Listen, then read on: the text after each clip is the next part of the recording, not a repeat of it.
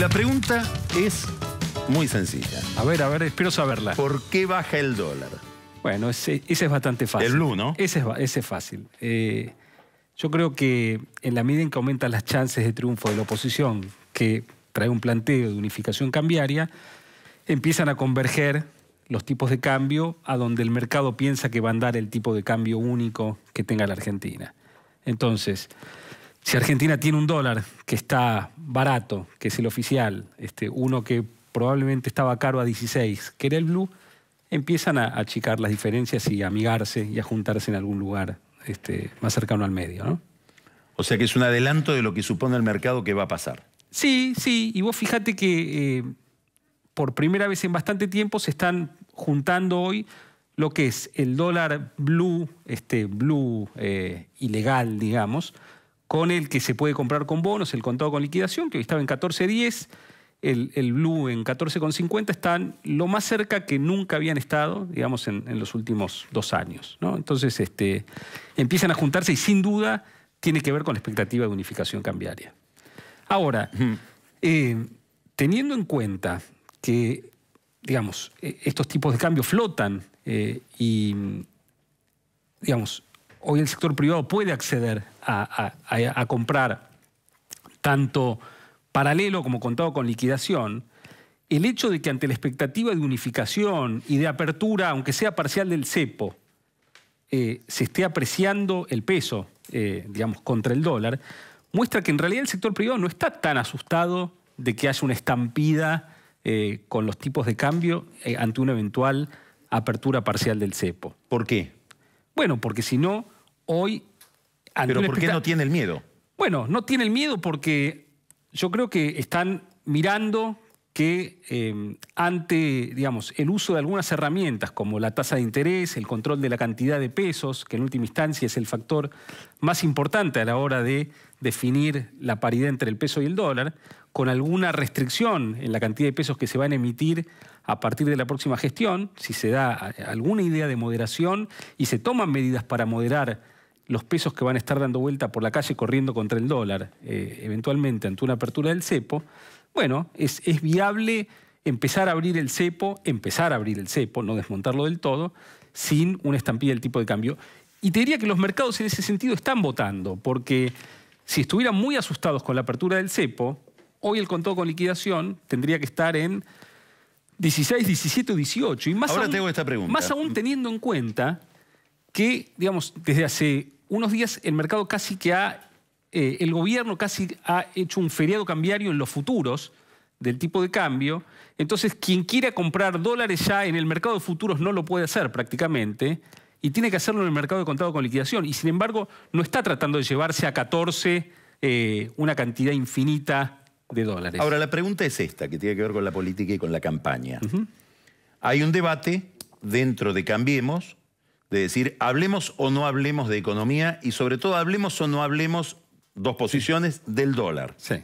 ¿Por qué? Porque al hablar del dólar, nombrar la palabra devaluación, Sí. se abre la grieta por la cual entra la campaña del miedo, digamos, Sí. ¿no? Acá había una devaluación, un deterioro del salario, etc. Ahora, vos estás planteando un enfoque distinto, como que hablar hace bien. Yo creo que Y da hace una bien perspectiva porque de que no va a haber una catástrofe. yo creo que, digamos, quienes diseñan la campaña saben mucho más que yo. Yo sé un poco más de economía que de campañas. Sin embargo, el dólar forma parte hoy de la vida diaria de los argentinos. Los argentinos hoy no podemos ahorrar en pesos porque si nos licúa nuestro patrimonio, porque las tasas de interés son inferiores a la devaluación de la moneda y a la inflación. Y entonces todo el mundo sabe qué pasa con el tipo de cambio. Entonces no hablar de eso me parece que no ayuda demasiado y hablar hasta tranquiliza toda vez que la Argentina va a tener que mover de alguna manera el tipo de cambio durante la próxima gestión. Ahora te planteo otro problema. Gana Scioli. Sí. Es decir, se revierte el cuadro que hay hoy en las encuestas, se produce un vuelco por razones que no están a la vista y gana Scioli.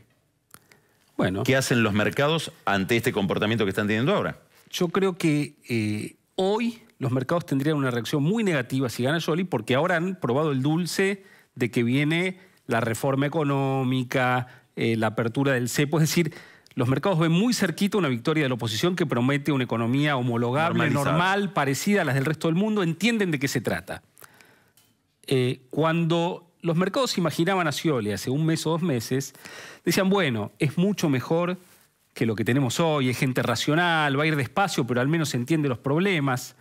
Pero hoy han probado el dulce de lo homologable, de lo normal. Además Scioli ha desfigurado mucho su discurso, ¿no? Lo muestra a Bain, lo esconde a Bain. Entonces ahora, comparado con, digamos, es comparado con precios de los activos que están descontando mucha normalidad.